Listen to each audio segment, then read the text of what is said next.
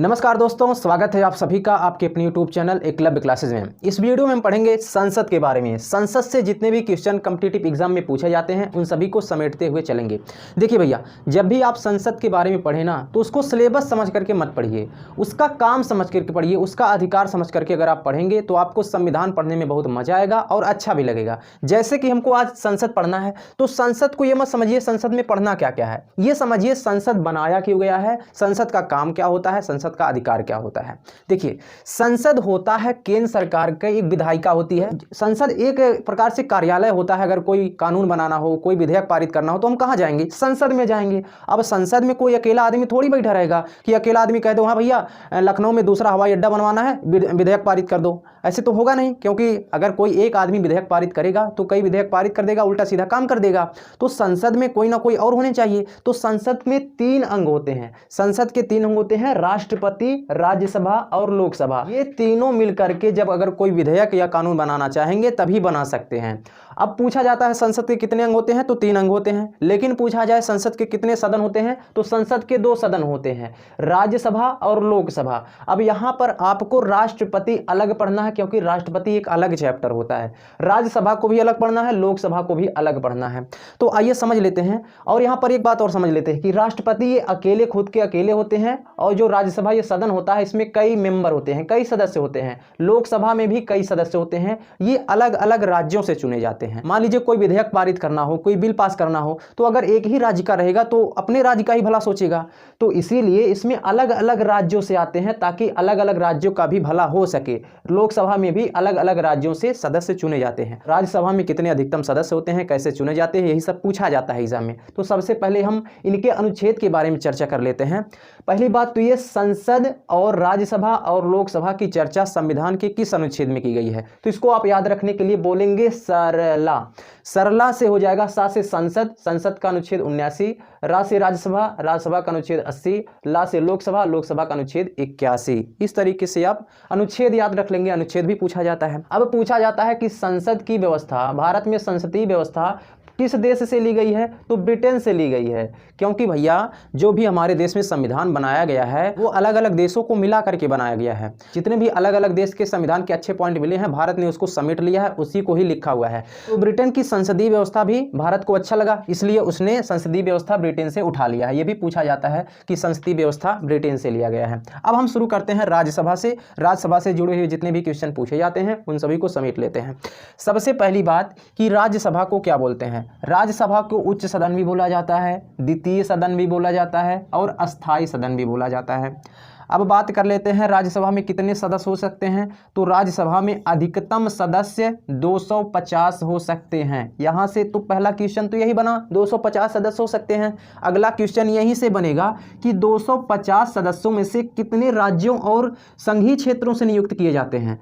तो 250 में से 238 सदस्य राज्यों से और केंद्र शासित प्रदेशों से आते हैं, लेकिन इसमें से 12 सदस्य, बचे हुए 12 सदस्य ये राष्ट्रपति द्वारा नियुक्त किए जाते हैं, राष्ट्रपति द्वारा मनोनय होते हैं। पूछा जाता है राष्ट्रपति द्वारा कितने सदस्यों का मनोनय राज्यसभा में होता है तो 12 सदस्यों का मनोनय होता है। अब बात कर लेते हैं योग्यताएं के बारे में। यानी अगर कोई राज्यसभा का सदस्य बनना चाहता है तो उसके पास क्या क्या योग्यता होनी चाहिए। सबसे पहली योग्यता कि उनकी आयु 30 वर्ष हो जानी चाहिए। मान लीजिए हमारे चच्चा अगर बनना चाहते हैं राज्यसभा के सदस्य तो हमारे चच्चा की आयु 30 वर्ष हो जानी चाहिए। दूसरी बात क्या योग्यता होनी चाहिए, दूसरी योग्यता होनी चाहिए कि चच्चा के पास कोई सरकारी नौकरी नहीं होना चाहिए, तब जा करके वह योग्य हो सकते हैं। तीसरी योग्यता कि चच्चा भारत के नागरिक होना चाहिए। ये भारत का नागरिक सभी पदों के लिए कॉमन ही रहता है, जिसका भी आप चुनाव लड़ रहे हो सबके लिए भारत का नागरिक होना अनिवार्य होता है। अगली योग्यता इसमें भी और कुछ होती है कि पागल नहीं होना चाहिए, दिमागी संतुलन ठीक होना चाहिए, दिवालिया नहीं होना चाहिए। तो ये सब पूछा नहीं जाता है तो इसको हमने नहीं लिखा है। बात आप याद रखेंगे कि 30 वर्ष आयु होनी चाहिए और सरकारी नौकरी उसके पास नहीं होना चाहिए। अब बात कर लेते हैं इनका कार्यकाल कितना होता है। तो राज्यसभा के सदस्यों का कार्यकाल 6 वर्ष का होता है। ये बात आप याद रखेंगे क्योंकि बार बार एग्जाम में पूछा जाता है। तो चलिए अब इसी क्रम में अगले पॉइंट की तरफ बढ़ लेते हैं जो भी क्वेश्चन और पूछे जाते हैं। चलिए अब इसी क्रम में बात कर लेते हैं राज्यसभा से संबंधित कुछ महत्वपूर्ण बिंदु जो और भी एग्जाम में पूछे जाते हैं। सबसे पहली बात है कि 1/3 सदस्यों का चुनाव 2 वर्ष के बाद होता है। राज्यसभा में जितने भी सदस्य होते हैं उनके 1/3 सदस्यों का चुनाव हर 2 वर्ष के बाद होता है। अभी हमने बताया था कि अस्थायी सदन कहा जाता है राज्यसभा को। ऐसा क्यों होता है? देखिए भैया, मान लेते हैं कि 60 सदस्य हैं राज्यसभा में, 60 का 1/3 कितना हो जाएगा? 20 सदस्य। यानी हर 2 वर्ष में 20 सदस्य नए चुने जाएंगे और 20 सदस्य हटा भी दिए जाएंगे। जैसे मान लीजिए ये पहला साल है, ये दूसरा साल है, ये तीसरा साल, 3 साल में तीनों 60 सदस्य हैं। अब अगले साल में, चौथे साल में ये 20 सदस्य नए जुड़ जाएंगे और ये पिछले वाले साल से एक 20 हटा दिए जाएंगे। अब यहाँ पर 60 सदस्य हो गए। अब फिर अगले 2 वर्ष के बाद ये फिर 20 नए चुन लिए जाएंगे और पिछला 20 हटा दिए जाएंगे। तो इस प्रकार से हमेशा 60 बने रहते हैं, इसीलिए इस सदस्य को हम लोग अस्थायी सदन भी कहते हैं। अगला महत्वपूर्ण बिंदु है कि धन विधेयक को 14 दिन तक रोक करके रख सकता है। जो भी धन विधेयक पास होता है सबसे पहले लोकसभा पास करती है, अब लोकसभा के बाद राज्यसभा में भेजा जाता है। राज्यसभा इसको 14 दिन तक रोक सकती है। अगर 14 दिन में पास नहीं कर पाती है तो 14 दिन के बाद स्वतः पारित मान लिया जाता है कोई भी विधेयक। तो इसीलिए इसको अधिकार है राज्यसभा को कि किसी भी धन विधेयक को 14 दिन तक वह रोक सकती है।